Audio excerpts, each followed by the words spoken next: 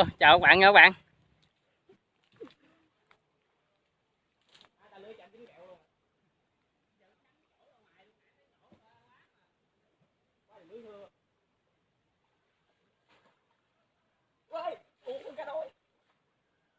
Con chạy ra được.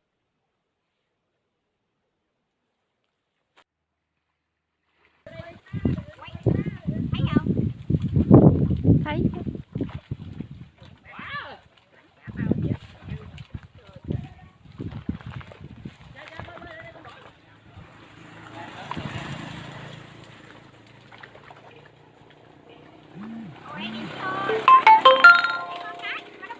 Cái lưới này yếu quá bạn ơi. Trai. Ủa nãy không biết cha mình ở đây. Trời, gắn mấy quận nữa. Nó sắn hết.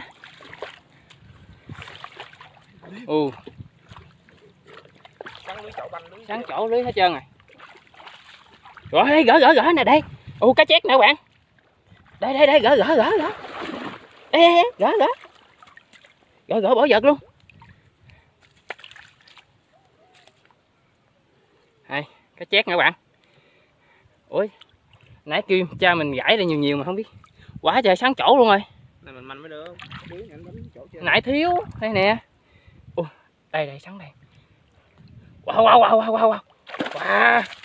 Cá đối chà bá luôn. Cái đó anh dở lên luôn, đừng để nước là sắn banh nước. Dạ. Nó là thứ đó là gì đó, dở lên luôn. Để thẳng xuống nước là không. Đại đi. Bước nước hả? Gỉ luôn đi. Có mặt hay mặt nhầm gì? Chết mẹ sắn nước kinh khủng Đây quá. đây con nó miệt nó các bạn. Wow, các bạn coi kìa, nó dãy dữ rồi. Kìa nó lội kìa.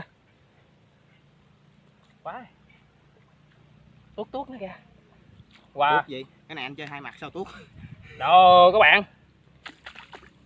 Bà tư rồi. Bạn coi nè. Này mình cho các bạn xem cá chép nè. Trời ơi.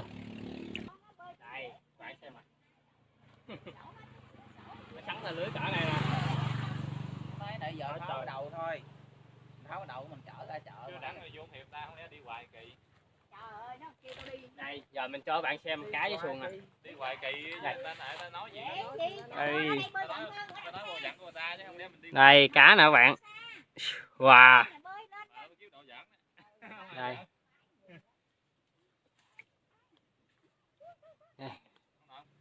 Thôi video mình đến đây cũng xin kết thúc nha các bạn. Các bạn xem video mình thấy hay thì cho mình xin một like, đăng ký kênh, và các bạn nào mà chưa bấm vào cái chuông thông báo thì các bạn hãy bấm vào cái chuông thông báo nha các bạn, để nhận được thông báo video mới nhất của mình nha các bạn. Bye, xin chào tạm biệt tất cả các bạn, hẹn gặp lại tất cả các bạn trong những video lần sau nha.